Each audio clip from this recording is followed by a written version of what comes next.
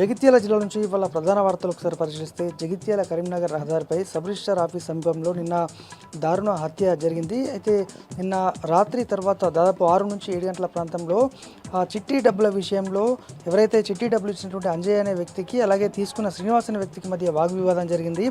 గత కొన్ని నెలలుగా తాము డబ్బులు చెల్లించాలని కోరినప్పటికీ ఇవ్వట్లేదంటూ ఆయన ఫోన్ లిఫ్ట్ చేయట్లేదని అక్కడే కలిసిన సందర్భంలో తారసపడ్డ సందర్భంలో నిలదీశాడు. దీంతో ఆగ్రహించినటువంటి శ్రీనివాస్ అనేటువంటి డబ్బులు తీసుకున్న వ్యక్తి తన కుమారుని పిలిపించి అక్కడే హత్యకు పాల్పడ్డాడు. అయితే ఈ ఘటనా స్థలంలో కొలగాని అంజయ్య గోవిందపల్లి ప్రాంతానికి చెందినటువంటి పట్టణ వ్యక్తి అక్కడికక్కడే మృతి చెందాడు. దీంతో కుటుంబ సభ్యులు కూడా తమకు న్యాయం చేయాలి, ఈ భౌతికవాదం చంపడం ఏంటంటూ వారంతా కూడా తీవ్ర ఆగ్రహాన్ని వ్యక్తం చేశారు. అయితే బాధితులకు పూర్తిగా న్యాయం చేస్తాము, నిందితులపైన కఠిన చర్యలు తీసుకోమనడంతో వారంతా కూడా ఆందోళన విరమించారు.